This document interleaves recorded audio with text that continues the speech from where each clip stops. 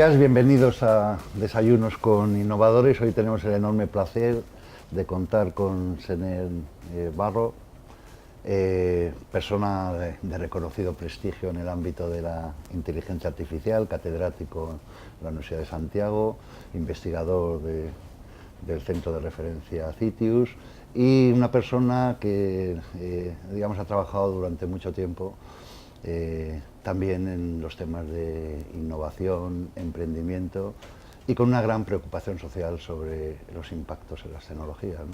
Entonces, muchísimas gracias, Senén, por acudir a estos desayunos con innovadores. Eres un innovador nato y, si te parece, vamos a ir desgranando un poco algunas cosas, ¿no? Inteligencia artificial, ¿no? En los últimos tiempos existe un temor social de que la inteligencia artificial, la robótica, la automatización, en definitiva, de las actividades humanas, pues vayan a sustituir muchos puestos de trabajo, ¿no?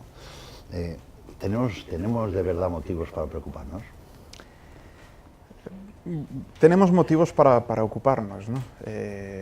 O sea, una preocupación anticipada, sin más, pues no lleva a nada, pero que nos ocupemos de este tema sin duda, porque la inteligencia artificial, efectivamente, las tecnologías de la información y las comunicaciones, pero particularmente en este caso la inteligencia artificial, van a cambiar mucho el panorama, particularmente en el tema del empleo. La automatización inteligente, la penetración, en definitiva, de máquinas, sean robots o sean computadoras, en fin, que van realizando cada vez más tareas o actividades hasta ahora asociadas solo a las personas, pues esto es una realidad, y una realidad además que va a tener en los próximos años pues un ritmo acelerado, ¿no? Hay muchos estudios cada vez más y más sólidos que ponen de manifiesto que básicamente con las tecnologías que hoy tenemos, bien a nivel comercial o que en todo caso ya se han probado en los laboratorios de investigación, podrían realizarse hasta casi un 50%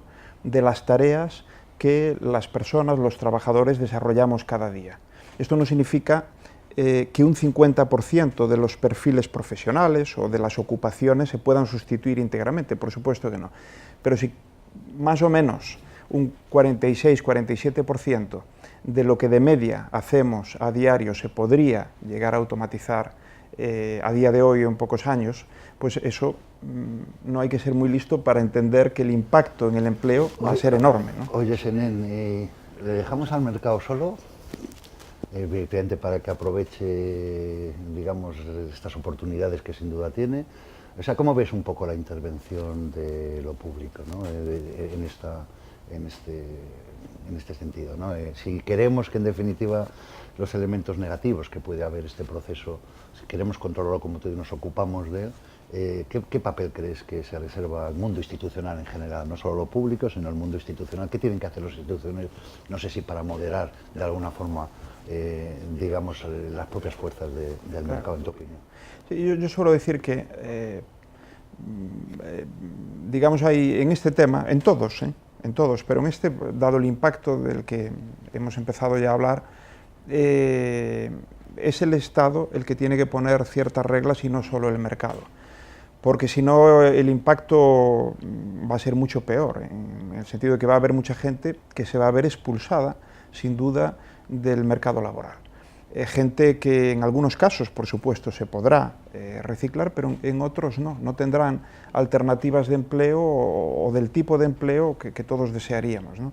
Por tanto, no podemos dejar simplemente que sean las empresas, que sea el mercado, que sea la tecnología y sus capacidades lo que, en definitiva, vaya imponiendo una realidad. ¿Y de qué cosas habría? ¿En qué aspectos así generales debería intervenir, claro, las instituciones? Bueno, yo creo que hay tres dimensiones que son clave en este proceso. Una es la educación, y para mí la más importante.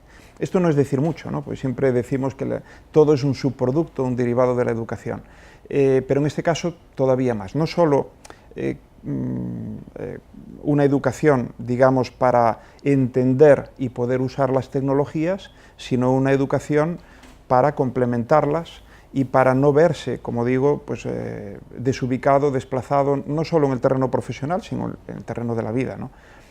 La otra son las políticas públicas, fundamentales, porque estamos en un momento donde hay que aplicar muchos no recortes, sino de repensar, de replanteamiento, digamos, detenerse, no detener el mundo, pero detenerse a pensar, y de redistribución de riqueza, de empleo. Va a ser fundamental que tengamos esa capacidad. Por tanto, las políticas públicas son fundamentales. Y otra es la adecuada adopción de estas tecnologías. Claro, el país o la región que crea que simplemente blindándose y no dejando que penetre la automatización inteligente en sus fábricas, digamos, en la producción de bienes y servicios, pues es un país que está condenado, o sea, se está suicidando. O sea que no es una cuestión de expulsar o de no permitir la penetración de estas tecnologías y de la automatización inteligente en general, sino de integrarlas de modo inteligente. Oye, ¿y para cuándo? Porque, bueno, ya sé que es una pregunta difícil, ¿no?, de sacar la bola de cristal, pero no sé, ¿cómo ves? ¿Qué plazo tenemos de tiempo? ¿De qué estamos hablando? ¿Cuándo nos llega? A ver, el plazo de tiempo para empezar a tomarnos esto en serio es ya. O sea, cada día que perdamos es un precio a pagar. Por tanto, esto no es algo que digamos, bueno, es un tema que nos ocupará en 5 o 10 años. No, en 5 o 10 años veremos un impacto ya tremendamente intenso. Todos los estudios, de hecho, que se están poniendo encima de la mesa, de algún modo hacen reflexiones en ese plazo, 5 o 10, entre otras cosas, porque incluso es algo especulativo poner encima de la mesa lo que va a ser dentro de 5 o 10 años, a 15 o 20, ya vamos, es ciencia ficción, ¿no? Oye, y iba a decir mientras tanto, pero en general, a ver, ¿qué hacemos con la gente? O sea, ¿qué hacemos con el trabajo? ¿Qué crees que serían un poco las aptitudes que tendría que tener, vamos a decir, la población en su vertiente de trabajo, digamos, para afrontar con éxito este reto que estás planteando?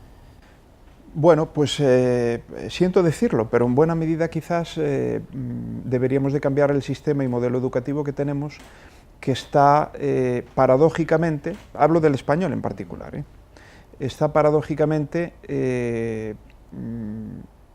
digamos, centrado en la mecanización de las personas, cuando cada vez más nos preocupa la humanización de las máquinas, precisamente para que tengan una capacidad de interacción y una competencia mayor en un mundo de personas todavía, ¿no? Y digo mecanización porque, si nos fijamos, nuestro modelo y sistema educativo todavía se asienta enormemente en la memorización y reproducción. O sea, enseñamos a hacer acopio de conocimiento, enseñamos, digamos, temas de cálculo, temas de aprendizaje de procedimientos, de metodologías, o sea, enseñamos aquello en lo que las máquinas ya hoy son más competentes que nosotros. Yo lo resumo diciendo que educamos en aulas del siglo XIX, profesores del siglo XX a jóvenes del siglo XXI. Y esto es un drama. Por tanto, lo que creo que tenemos que hacer es cambiar, no cambiar las leyes y los contenidos, que en eso somos unos expertos, los contenidos de las materias, sino los cometidos. ¿Cuál es el objetivo de la educación a día de hoy para el mañana, que es hoy? Y esos son temas que tienen que ver con la creatividad, con la ideación, el descubrimiento, temas que tienen que ver con las habilidades sociales, temas de comunicación, trabajo en equipo, organización de equipos humanos, temas que tienen que ver con el sentido común, que es tener un conocimiento amplio, poder relacionar contenidos y no solo memorizar cosas para después reproducirlas en un examen. Yo, por ejemplo, y si me permites, por situarlo en un ejemplo, el MIR. El proceso de formación de los nuevos médicos especialistas es fantástico, el que se hace en los laboratorios es fantástico, es un modelo a nivel mundial. El proceso de asignación de plazas es deprimente. O sea, se les obliga a estudiar 6 meses, 1 año como mínimo, para enfrentarse a un examen tipo test, donde todo el proceso se dirige a engullir conocimiento para ese examen, algo que si yo me presento que no tengo ni idea de medicina, con un móvil y acceso a internet, estoy seguro de que tendría una buena nota en ese examen. O sea que pensemos, es decir, el valor del médico es saber, por supuesto, pero un saber aplicado, un saber mirándole a los ojos al paciente, teniendo empatía con él, sabiendo extraer de ese paciente su situación, además de saber el vademecum, ¿no? Oye, Seren, para acabar un poco esta parte, ¿cómo valoras o cómo ves la irrupción en este debate que sabes que empezó en un mundo más bien académico, después pasó a los foros internacionales, etcétera, y de repente pues nuestros grandes popes y figuras del sector tecnológico, de los Tesla, yo qué sé, Elon Musk y Zuckerberg, en fin, con dos visiones, con un debate, digamos, con dos visiones totalmente diferentes, ¿no? Elon diciendo que sí, que tiene que haber una intervención, que hay que regular, lo que es un proceso que hay que controlar, por decirlo de una forma, y en cambio, pues, el padre de Facebook diciendo que se deje de alguna forma al mercado, que se deje evolucionar. ¿Cómo ves, sobre todo, el debate ese, ¿no? O sea, que dentro de las propias tecnológicas, de alguna forma haya posiciones tan enfrentadas, ¿no? Bueno, es lógico que esto sea un tema controvertido, porque, como decía al principio, la inteligencia artificial es realmente una tecnología, es una ciencia y una tecnología, ¿no? Realmente muy poderosa. Estamos solo empezando, y ya empezando estamos viendo que digamos, las posibilidades son brutales, sobre todo cuando hablamos del aprendizaje en máquina o el aprendizaje automatizado, que es algo absolutamente nuevo dentro de los paradigmas, digamos, de tipo tecnológico con los que nos hemos ido enfrentando, porque nosotros mismos los hemos desarrollado, ¿no? Claro, pensemos en una cosa, por poner un ejemplo, un programa informático, Giraffe, en 72 horas, en 3 días, a través de un mecanismo de autoaprendizaje, fue capaz de desarrollar una competencia en el juego del ajedrez equivalente al de un maestro internacional en este juego.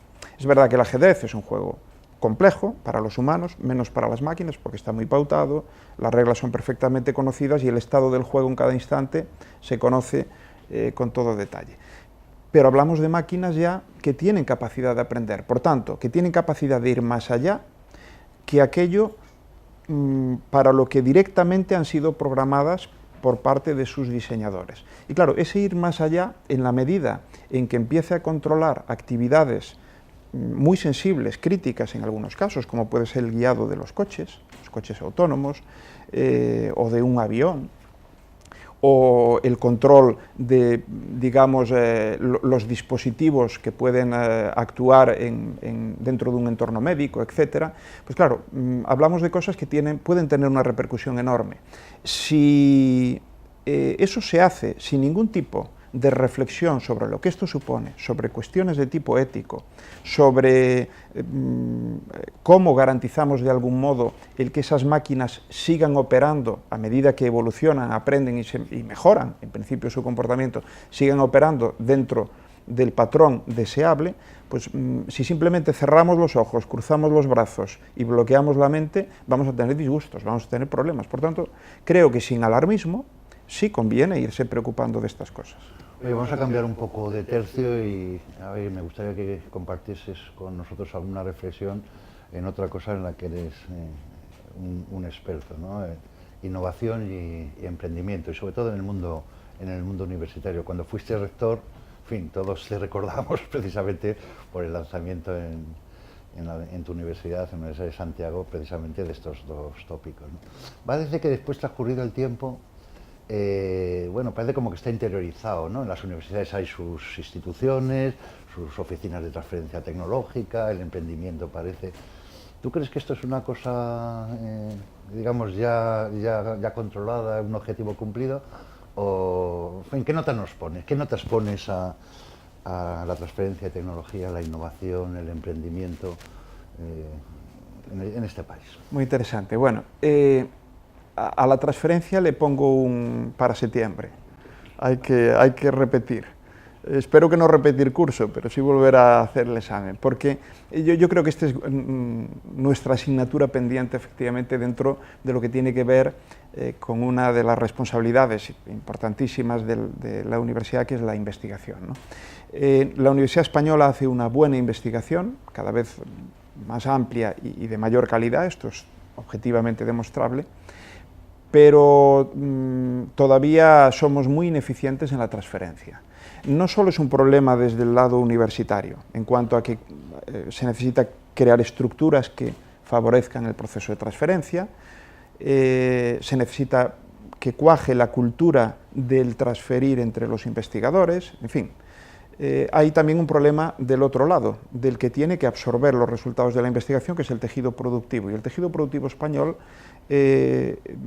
está muy asentado, pequeñas, yo diría que incluso muy pequeñas empresas, sectores de servicios, son poco consumidoras de I+D, de la propia, incluso las medianas empresas y algunas grandes, y de la ajena o de la que se puede desarrollar desde las universidades. Por tanto, aquí tenemos un problema, ¿no?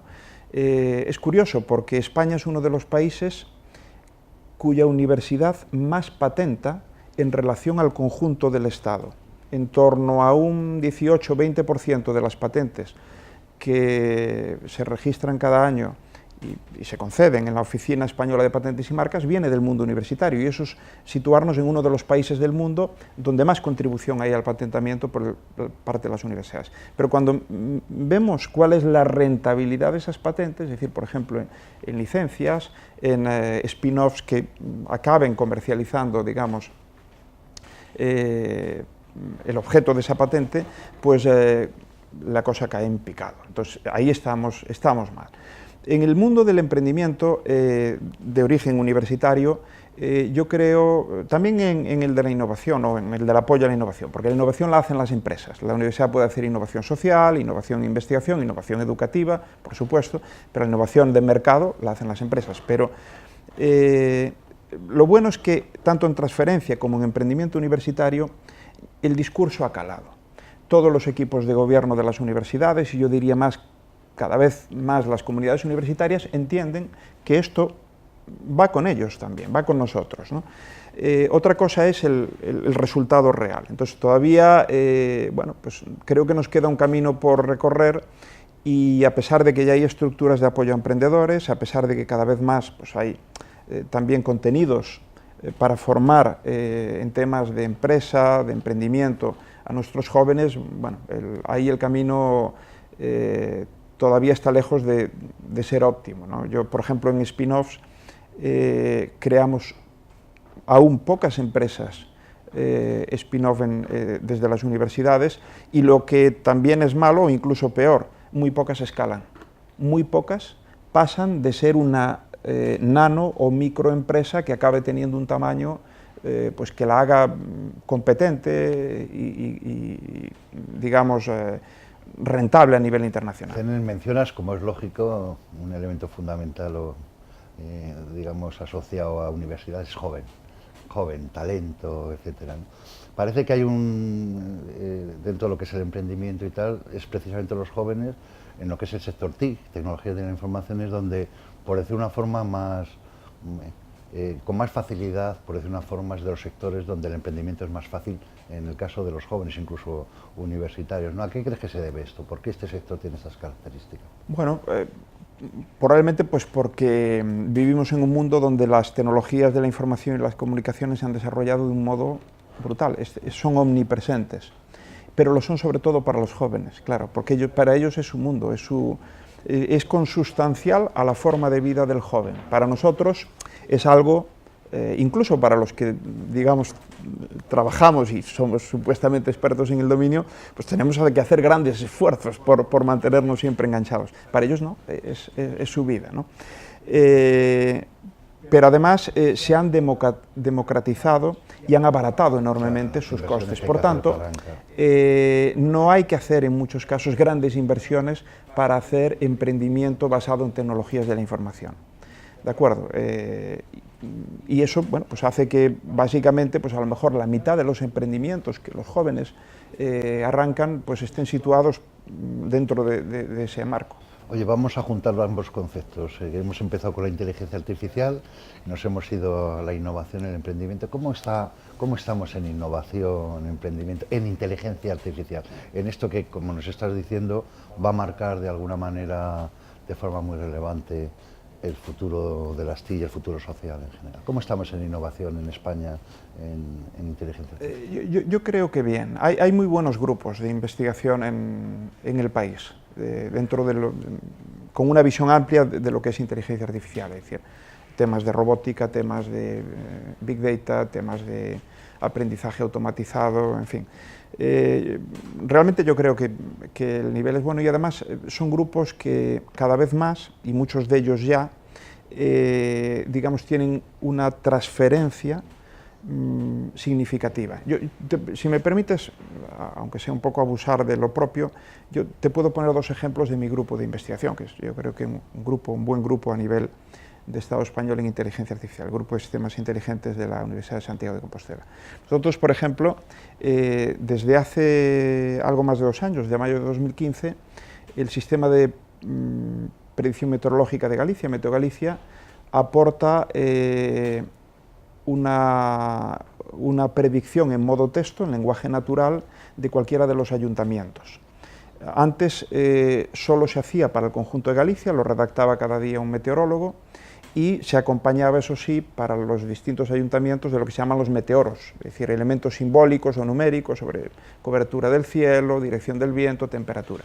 Bueno, pues ahora ya todos los días en modo texto se redacta y por tanto es más legible para cualquier persona que acceda lo que va a ocurrir previsiblemente en cada ayuntamiento. Eso lo hace un software, GaliWeather, desarrollado en mi grupo. O, por ejemplo, Situm, que es una empresa realmente que está teniendo un desarrollo fulgurante en temas de posicionamiento en interiores a través de smartphones, hace lo que el GPS fuera. Nosotros lo conseguimos dentro de edificios donde no penetra la señal de satélite, pues usando los sensores del móvil, acelerómetro, magnetómetro, y los elementos externos, fundamentalmente los puntos wifi que hay en cualquier edificio, ¿no? Bueno, eso es una spin-off del grupo de investigación y es un ejemplo de que efectivamente no solo nos preocupa, y no hablo de mi grupo en este caso en general, que por supuesto también es así, sino de los grupos que hay en España, no solo nos preocupa seguir avanzando en el estado del arte, en el conocimiento y el desarrollo tecnológico de la inteligencia artificial y publicando en los mejores lugares, sino que esto tenga un impacto en el mercado, en definitiva en la sociedad, ¿no? Oye, vamos acabando. Una preocupación que desde Red.es y del observatorio en particular, que vamos monitorizando procesos, y un proceso que lógicamente estamos viendo, es un poco la competencia global por el talento, por decirlo de alguna forma, ¿no? Entonces cada vez es más difícil, como es lógico, retener este talento, sobre todo este talento dirigido a las nuevas cosas, a la inteligencia, ese talento escaso, ¿no? Y vemos, entonces, en tu opinión, en un mundo ya globalizado de tanto Erasmus, es decir, donde los chavales, los jóvenes se mueven con tanta facilidad por el mundo, ¿qué hacemos para retener el talento? Sobre todo en estas tecnologías, digamos, tan nuevas, tan críticas, y donde, en definitiva, son muy llamativas para los jóvenes españoles. ¿Qué hacemos para que se queden aquí? Pues mira, el talento, yo digo, y además en esto sigo a José Antonio Marina, que me parece siempre muy acertado y particularmente en esta reflexión, que el talento es la inteligencia ligada a un objetivo, a un proyecto. O sea, a veces la gente usa talento como sinónimo de inteligencia, ¿no? O cierto tipo de inteligencia, y no es así.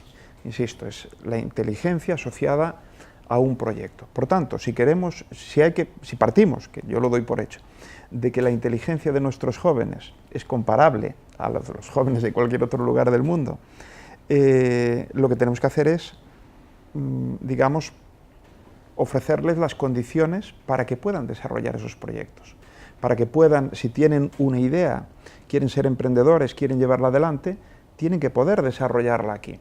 Y eso significa que tengan los mecanismos para ello y el capital necesario. Si es un proyecto de otro tipo, que puede ser un proyecto de investigación, tiene que tener aquí los medios para que pueda desarrollar ese proyecto, lógicamente, si tiene interés y la persona es competente para hacerlo.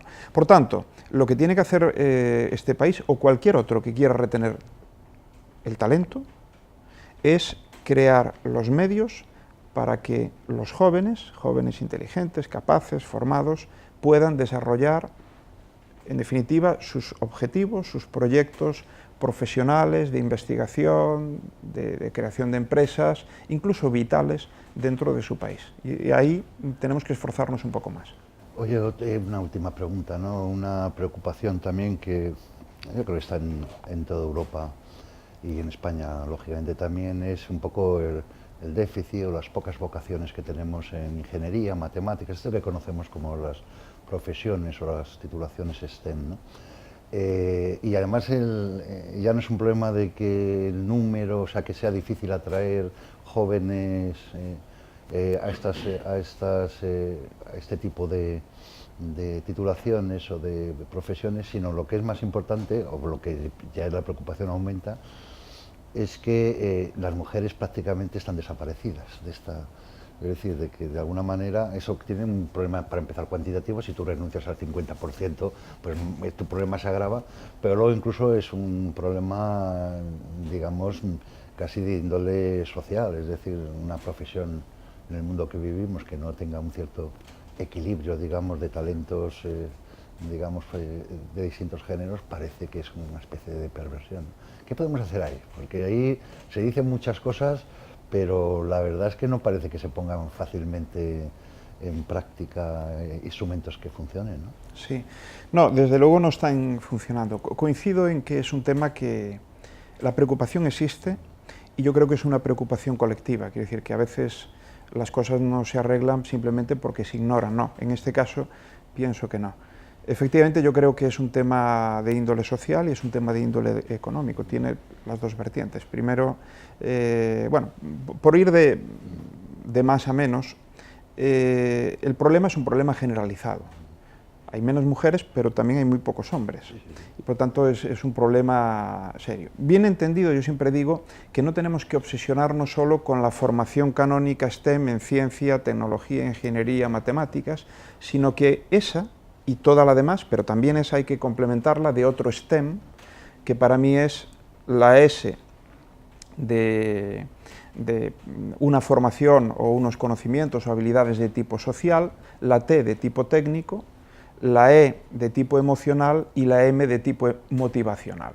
O sea que antes hablábamos en otro momento de dónde había que hacer más énfasis precisamente para digamos, destacar lo que es más humano y menos máquina, precisamente porque ya las máquinas lo van resolviendo. Y este tipo de cosas, insisto, social, técnico, emocional y motivacional, tiene que acompañar a lo que es conocimiento en cualquier ámbito y particularmente pues, en las disciplinas de las que estamos hablando. Si ya vamos al tema de la mujer, efectivamente la mujer está prácticamente desaparecida aquí. Y esto es un problema, primero, porque no debería de haber ninguna razón, porque si no quiere decir que se están poniendo barreras, aunque sean invisibles, por ejemplo, barreras de tipo social, de tipo educativo, de tipo familiar. Y segundo, porque, como bien decías también, un país no puede renunciar a que el 50%, y yo diría el 50%, probablemente más capaz, de modo general, no esté presente en ámbitos tan importantes para el futuro del país. A ver, yo creo que aquí lo primero es conocer bien las causas, porque si hay preocupación y hay cierta dedicación a este tema y no se está resolviendo es porque probablemente se ignoran bien las causas. Yo creo que efectivamente algunas que pueden ser más obvias son ámbitos que de siempre han estado muy masculinizados y por tanto pues eso es disuasorio para la mujer. Después, precisamente por esa presencia claramente mayoritaria de los hombres, quienes hoy ocupan los puestos de responsabilidad en empresas, administración, etcétera, en estos ámbitos, son hombres. Son los que se ven, los que salen en los periódicos, los que toman decisiones.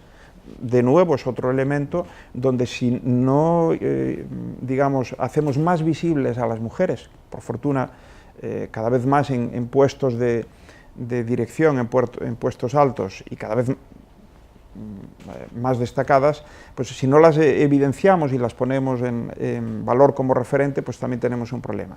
Y después no me cabe duda, hay temas que yo creo que tienen que ver también con que las profesiones ligadas a esta formación son tremendamente exigentes, demandantes, a veces hasta la extenuación de dedicación a ellas. Y con eso hacen muy difícil que la mujer, a la que todavía seguimos asociando el rol principal en la atención a los hijos, a las personas mayores, en fin, lo hace muy difícil realmente, ¿no? Y yo conozco, esto no sirve como estadística, pero sirve como un ejemplo personal, conozco a mujeres que no están dispuestas o que han renunciado incluso, muy brillantes, a desarrollar carreras en estos ámbitos porque no podían, digamos, simultanear lo que para ellas era prioritario. No podían conciliar, ¿no? La palabra... No, porque es tremendamente exigente este mundo. Bueno, lo vamos a dejar aquí, como siempre estaríamos horas, es un placer compartir tus reflexiones, siempre aprendemos muchísimo, da gusto. Y nada, darte las gracias por tu participación en estos, en nombre por supuesto de Red.es, pues por tu participación en estos desayunos con innovadores, ¿no? Sigue innovando. Bueno, ha sido un placer, sois muy amables. Venga, muchas gracias.